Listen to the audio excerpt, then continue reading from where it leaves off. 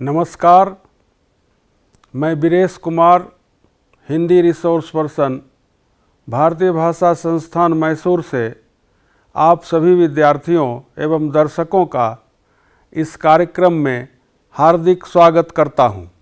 बच्चों, आज हम कक्षा 8 की हिंदी पाठ्यपुस्तक दूरबा भाग 3 की पाठ संख्या 7 पर चर्चा करेंगे। इसके कवि हैं त्रिलोचन। त्रिलोचन का अर्थ है जिसकी 3 आँखें हों, अर्थात भगवान शिव। इसीलिए इनको त्रिनेत्र भी कहा जाता है। त्रि का मतलब है 3 और नेत्र मतलब आँखें। कवि ने इस कविता में देश के किसानों को संबोधित किया है। इस कविता के कवि त्रिलोचन को लोग सम्मान से त्रिलोचन शास्त्री कहकर बुलाते थे। यह इनका उपनाम था। इनका असली नाम वासुदेव सिंह था। कवि वासुदेव सिंह उर्फ त्रिलोचन शास्त्री का जन्म 20 अगस्त 1917 को उत्तर प्रदेश के सुल्तानपुर जिले के कटघरा चिनारी पट्टी नामक गांव में हुआ था। हिंदी साहित्य में ये एक प्रगतिशील विचारों वाले रचनाकार माने जाते हैं। ये मुख्य रूप से देश के आम जन, मजदूरों और किसानों को अपनी कविता का विषय बनाते थे। इसीलिए इन्हें प्रगतिशील कवि कहा गया। इनकी कविताओं के लगभग 10 संकलन प्रकाशित हैं। इनका एक कहानी संग्रह भी है जिसका नाम है देश काल। इसके अलावा ये एक डायरी लेखक और संपादक के रूप में भी जाने जाते हैं। इनका निधन 9 दिसंबर सन 2007 को उत्तर प्रदेश के गाजियाबाद में हुआ। सीखने के परिणाम। इस कविता के अध्ययन के बाद छात्र कविता पाठ की आदर्श शैली से परिचित होंगे। कविता के मूल अर्थ को समझकर उसको अपनी भाषा में बता सकेंगे। कविता में आए कठिन शब्दों के अर्थ जानकर उनका वाक्य में प्रयोग कर सकेंगे। कविता में आए अलंकारों को पहचान सकेंगे। हमारे जीवन में प्रकृति की देनों के महत्व को समझ सकेंगे और उसके प्रति जागरूक हो सकेंगे और देश के किसानों की समस्याओं के प्रति संवेदनशील हो सकेंगे जो हमारे अन्नदाता हैं। आदर्श वाचन। आइए अब इस कविता का आदर्श वाचन शुरू करते हैं। उम्मीद है आपको यह कविता पसंद आई होगी। विद्यार्थियों, आपने इस कविता में कुछ नए शब्द पर भी गौर किया होगा। तो आइए अब उनके सामान्य अर्थ और वाक्यों में उनके प्रयोग को देखते हैं। नए शब्दों के अर्थ और उनका वाक्यों में प्रयोग। राग, मेलोडी, मोड इन म्यूजिक, गाने का एक खास ढंग। वाक्य प्रयोग। गायक राग भैरवी में गा रहे हैं, वह अच्छे राग में गाती है। सरस, जूसी, रस से भरा हुआ, भरी हुई। वाक्य प्रयोग। वह बहुत ही सरस स्वर में गाती है। यह कविता बहुत ही सरस है। पूर्वाई, ईस्टर्न विंड, पूरब की दिशा से आने वाली हवा। वाक्य प्रयोग। बरसात के दिनों में जोर जोर से पुरवाई चलती है। परदेसी, लिविंग और coming from other country, place. कमाने के लिए घर से दूर के स्थानों पर रहने वाले लोग। वाक्य प्रयोग, उसका परदेसी पति आज घर आया है। मेरे पापा परदेश में रहते हैं। पाहुन, गेस्ट, मेहमान। वाक्य प्रयोग, आज मेरे घर में पाहुन आए हैं। सित, वाइट, श्वेत, सफेद। पूर्णमासी की रात सित होती है। वाक्य प्रयोग, सरस्वती जी के कपड़े सित होते हैं। आंख मिचौनी, हाइड एंड सीक, लुका छिपी का खेल। वाक्य प्रयोग, बरसात के दिनों में धूप और बादलों की आंख मिचौनी चलती है। पताका, फ्लैग, झंडा। हमारे देश की पताका में 3 रंग हैं। वाक्य प्रयोग, हमारे सैनिक हमेशा अपनी विजय पताका फहराते हैं। तनिक, अ फ्यू, थोड़ा सा। वाक्य प्रयोग, मैं तनिक उधर गया कि वह भाग गया। ऐ दोस्त, तनिक ठहरो। जलधर, रेन क्लाउड्स, पानी से भरे बादल। वाक्य प्रयोग, बादलों को हम जलधर भी कहते हैं। समुद्र का एक नाम जलधर भी है। गरज, रोरिंग, जोरदार आवाज। वाक्य प्रयोग, बादल जोर जोर से गरज रहे हैं। शेर गरजता है। कविता की व्याख्या। आइए बच्चों, अब हम इस कविता के कुछ मुख्य बिंदुओं पर चर्चा करते हैं। उठ किसान ओ, उठ किसान ओ, बादल घिर आए हैं। तेरे हरे भरे सावन के साथी ये आए हैं। यह कविता असल में एक गीत है। ऊपर ऊपर से देखने पर यह एक प्रकृति चित्रण की कविता नजर आती है, लेकिन असल में यह एक अपील या आह्वान है जो कवि देश के किसानों से करता है। यह एक जागरण गीत अर्थात जगाने वाला गीत है। आज तो सिंचाई के कृत्रिम साधन बहुत हो गए हैं, बावजूद इसके हमारे देश में खेती बहुत हद तक मौसम पर ही निर्भर होती है। लेकिन पहले के ज़माने में किसान इसके लिए पूरी तरह वर्षा जल पर निर्भर रहते थे।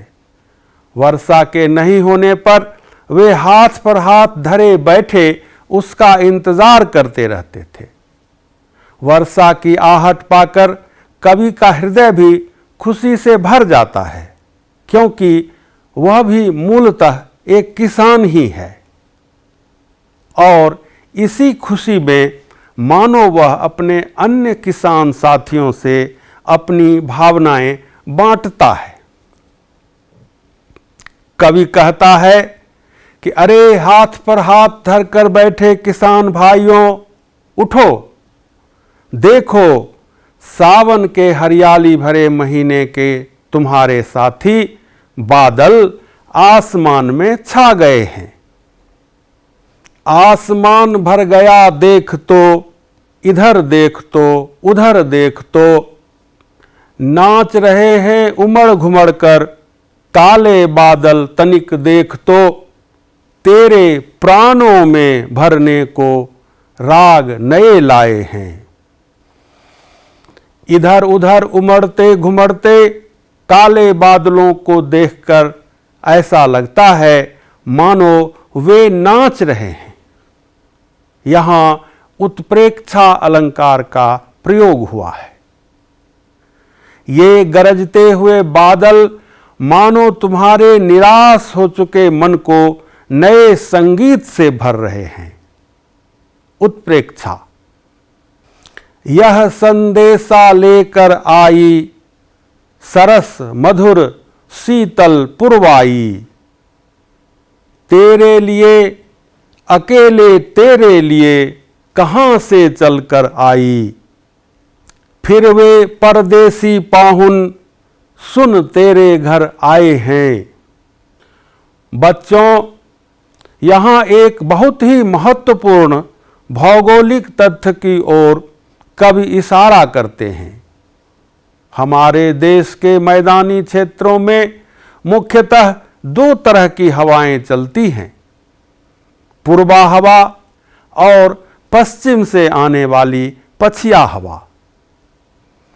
पछिया हवा गर्मी के महीनों में चलती है। इसका जन्म स्थान राजस्थान के रेगिस्तान को माना गया है, इसलिए यह गर्म और नमी से रहित होती है। लेकिन पूर्वा हवा का जन्म बंगाल की खाड़ी में होता है। यह हवा उत्तर पूर्व आसाम और बंगाल के घने जंगलों से गुजरती हुई हमारे मैदानी क्षेत्रों तक आती है। इसीलिए यह नमी युक्त और शीतल होती है और यह अपने साथ वर्षा वाले बादल भी लाती है। अपेक्षाकृत दूर के स्थान से आने के कारण ही कवि ने इसे पाहुन यानी अतिथि या मेहमान की संज्ञा दी है। कवि ने पूर्वा हवा को परदेश से आने वाले मेहमान कहा है, क्योंकि वे बहुत दूर से चलकर आती हैं। साथ ही बादलों को भी मेहमान माना गया है। उड़ने वाले काले जलधर नाच नाच कर गरज गरज कर, ओढ़ फुहारों की शीत चादर देख उतरते हैं धरती पर। छिपे खेत में आंख मिचौनी सी करते आए हैं। ऊपर की पंक्तियों में कवि कहता है कि काले बादलों ने मानो पानी की फुहारों की सफेद चादर ओढ़ रखी है। यहाँ भी उत्प्रेक्षा अलंकार का और कुछ हद तक मानवीकरण अलंकार का प्रयोग किया गया है। जल की बूंदों से भर जाने के कारण बादल भारी होकर धरती के बहुत नजदीक तक आ जाते हैं। इसे ही कवि उनका धरती पर उतरना और खेतों में आंख मिचौली करना कहता है। हरा खेत जब लहराएगा, हरी पताका फहराएगा। छिपा हुआ बादल तब उसमें रूप बदलकर मुस्काएगा। तेरे सपनों के ये मीठे गीत आज छाए हैं। कविता की इन पंक्तियों में कवि किसानों के मन में आशा का संचार करता है। वह कहता है कि इस वर्षा के कारण तुम्हारी फसलों में बढ़ोतरी होगी।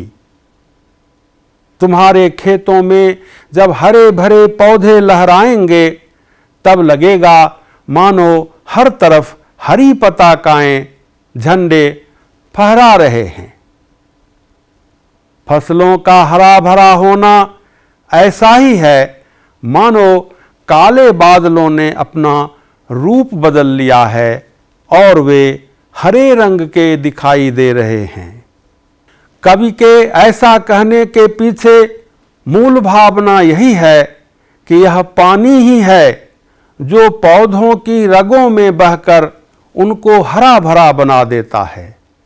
और इस प्रकार कवि किसानों को उस दिन का भरोसा दिलाता है जब फसलें पककर तैयार होंगी और उनके घर अनाज से भर जाएंगे। इसे ही कवि ने सपनों के मीठे गीत कहा है।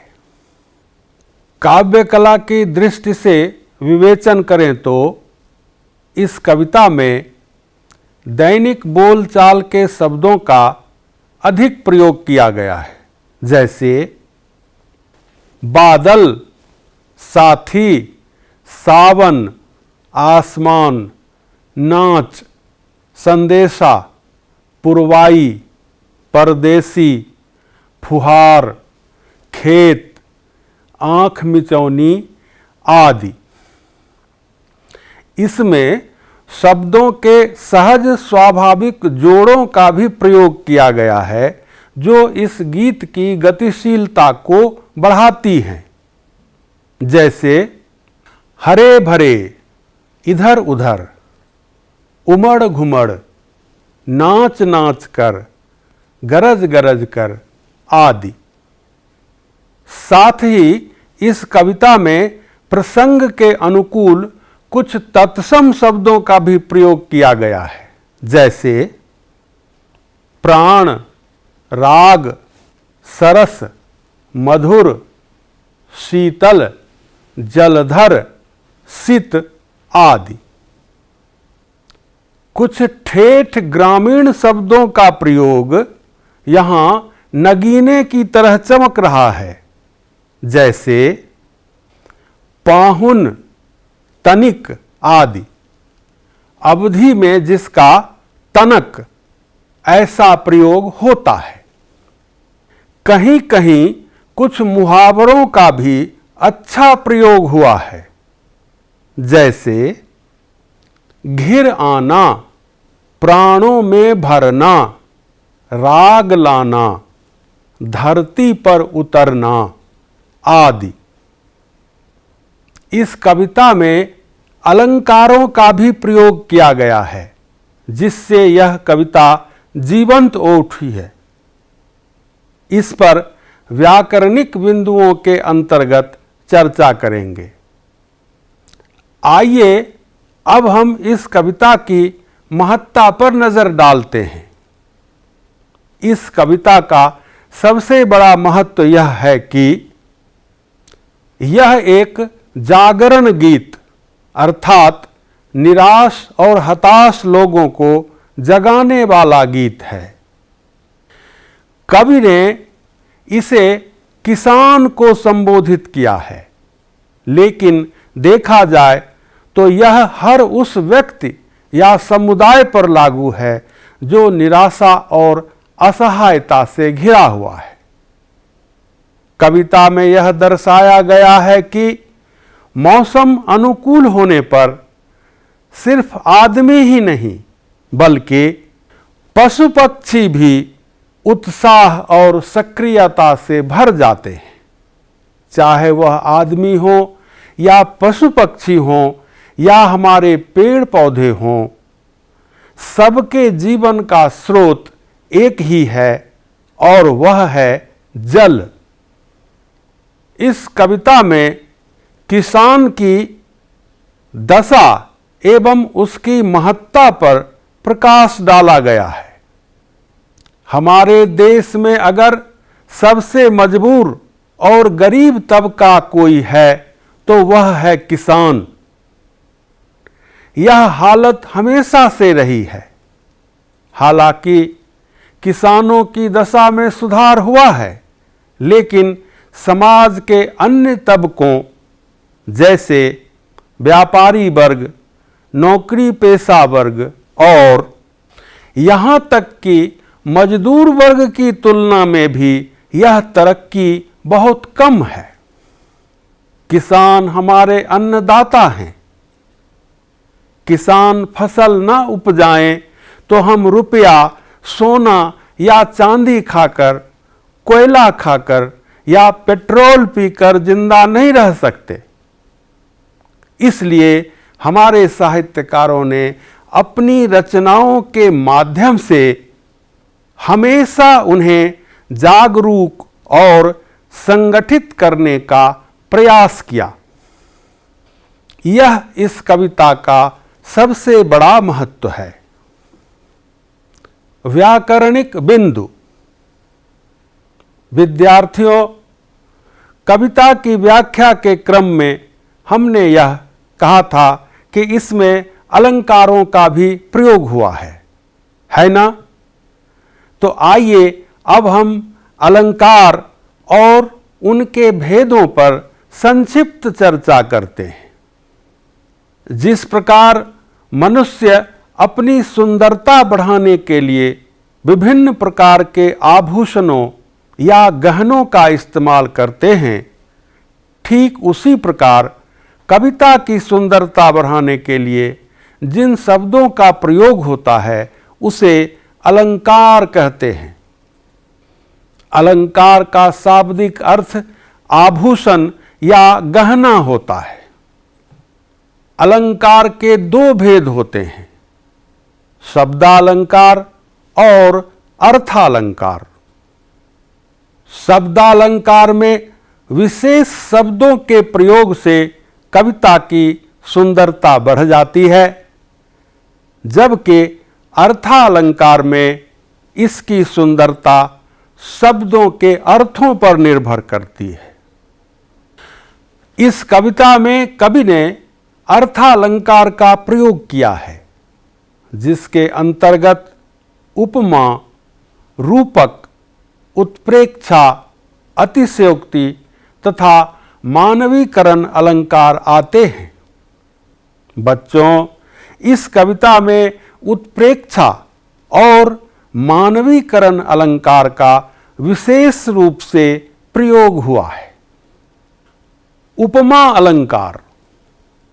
इस अलंकार में दो भिन्न वस्तुओं में समानता दिखाई जाती है, जैसे चांद सा रोशन चेहरा, कोयल सी बोली, धरती गोल फुटबॉल जैसी आदि।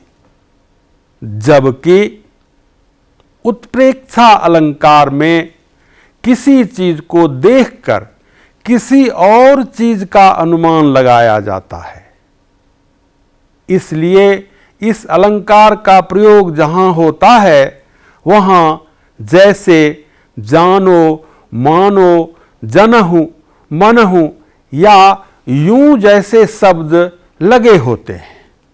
जैसे इधर देख तो उधर देख तो नाच रहे हैं उमड़ घुमड़ कर, काले बादल तनिक देख तो तेरे प्राणों में भरने को नए राग लाए हैं।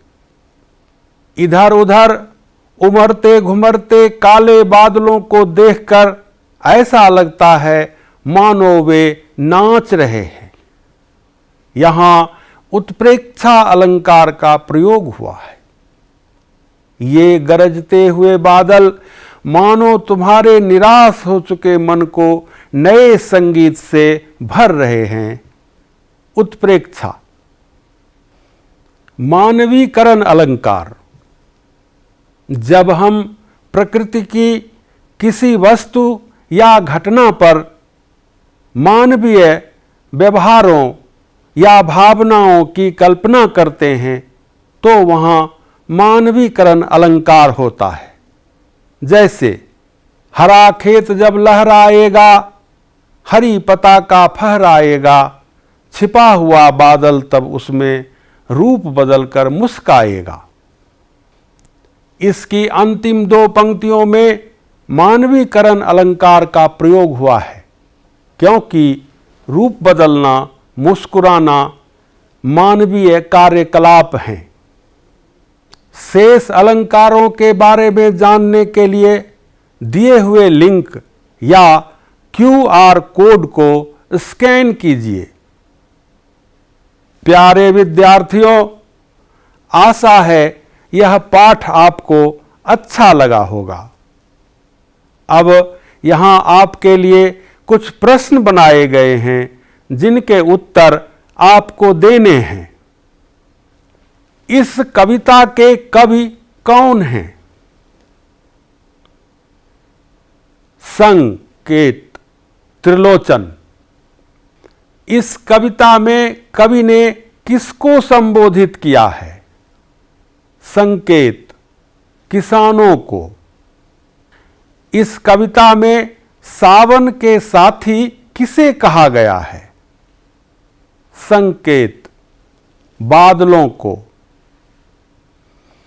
इस कविता में परदेसी पाहुन किसे कहा गया है? संकेत बादलों को और पूर्वा हवा को।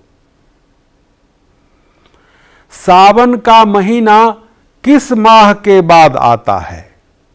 संकेत आषाढ़ के बाद। पूर्वाई का क्या अर्थ है? संकेत पूरब दिशा से आने वाली हवा। जलधर का क्या अर्थ है? संकेत बादल और समुद्र। गतिविधि। इंटरनेट की सहायता से सूर्यकांत त्रिपाठी निराला की बादल छाए कविता को पढ़िए और बताइए कि इन दोनों कविताओं में क्या समानता है।